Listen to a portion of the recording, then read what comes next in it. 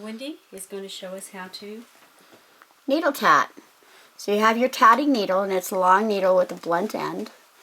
And first off, the hardest part is threading your needle. And sometimes you need to use a needle threader.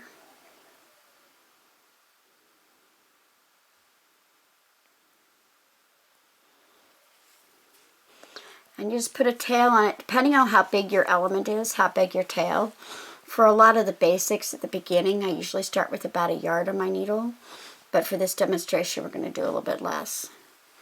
So first off, if you're left-handed, you're going to go around your right finger, hold the needle in your left hand, and you hold and capture your thread, and you go around your finger from the front and slide that off onto your needle, and go around the back of your finger and capture it there. And when you're doing this, you always go from knuckle to nail. So you're always going off your finger.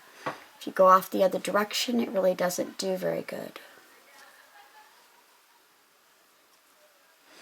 Now to make a picot is nothing more than a space between stitches. So instead of pulling your stitch all the way down, you leave a space and you just make both halves of your stitch.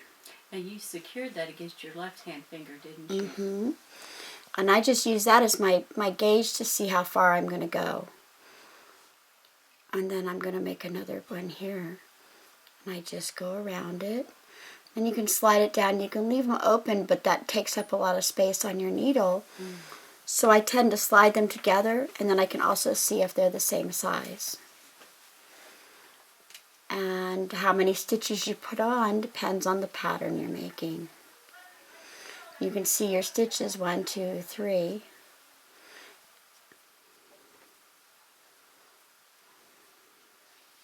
So we're going to do a close-up. See if we can actually see them. There we go. You can see your stitches and you can see your picots, and they're just spaces. So you can count your stitches, 1, 2, 3, 4, 5, 6, 7, and then a space for a picot and a stitch. And then you put your stitches on. Okay. To make the ring, you grab a hold of the needle and you keep your finger in this loop. On the same hand, grab it with your 2 fingers here, and always pull your needle. Slide them off, letting that close around your finger. Don't get it too tight, or you'll never be able to get separated from your work, and you'll have to carry it around with you for the rest of your life. Just kidding.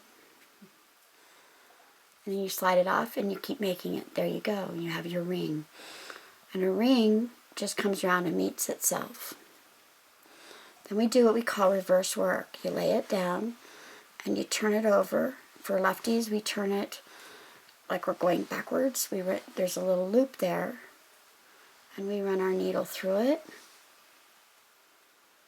And you see, it's just like tying your shoelaces. Once you've been tatting for a while, you'll actually be able to do that in your hand without having to set it down. Then you pick up your work and into your left hand again. You put your work and put your needle back on top of it so that your thread's here. You put your stitch on and slide it all the way down to the top. If you leave a space there, you'll have a space in your work. And you just tat whatever the pattern calls for.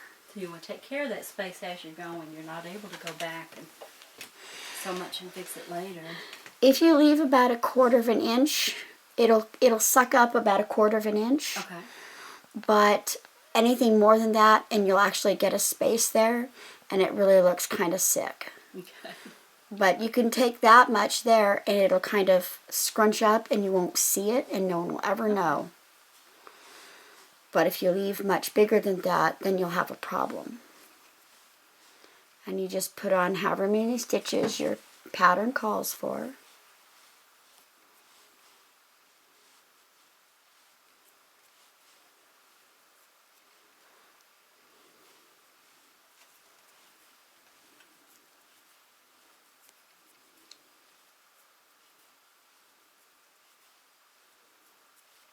And then again, you grab a hold.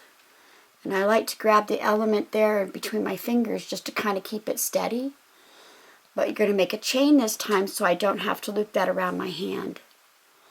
I just push the needle off and grab a hold of the needle and pull it, and then grab a hold of the thread so you don't just unthread your needle. If you keep the tops of the stitches where the waistbands are towards the palm of your hand, and you keep your fingers pinched there, it automatically curves up right, and you don't have to worry about your threads getting tangled. And there you have a chain. Great. So you have a ring and a chain. So you have a ring and a chain. And you're tatting. And you're going off. Okay.